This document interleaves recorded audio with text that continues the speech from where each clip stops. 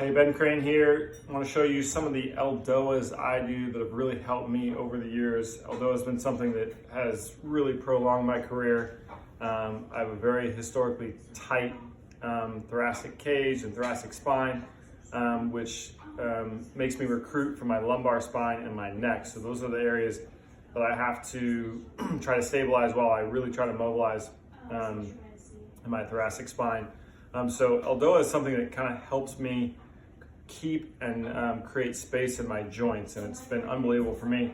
I'll just show you a few little quick things I do. One is we call it pumping, and it's just really grab it on the knees so you're supporting your back. I do this whenever I'm in low back pain, and I just try to take my L5, my sacrum L5, L4, L3, and just very gently just get that to go first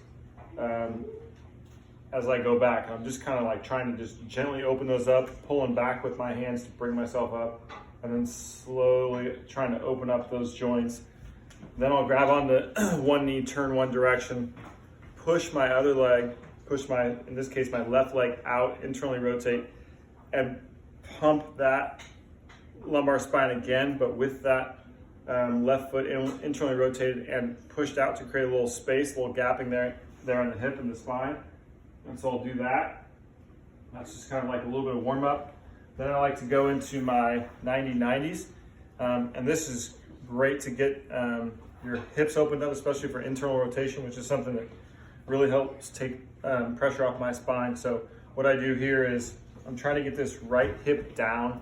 I'm trying to sit up as straight as I can. I don't want to be, I want to be a 90-90 with both legs. I'm trying to get this knee, my right knee, to go out. So I'll grab this knee and I'll kind of push it down and work that right knee out as much as I can to create that space. And I'm trying to get up, and once I get up and I'm trying to push that knee out and that hip down, then I can turn. I want to take my belly button and turn it this way as I'm growing tall the whole time. So I'm getting a nice stretch here in the hip, and I'm also getting some internal rotation.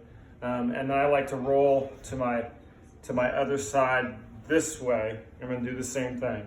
Try to work this knee out, and then once I get up tall, when I first started to do this, I couldn't even get anywhere close to sitting up. But over time, just do it every day.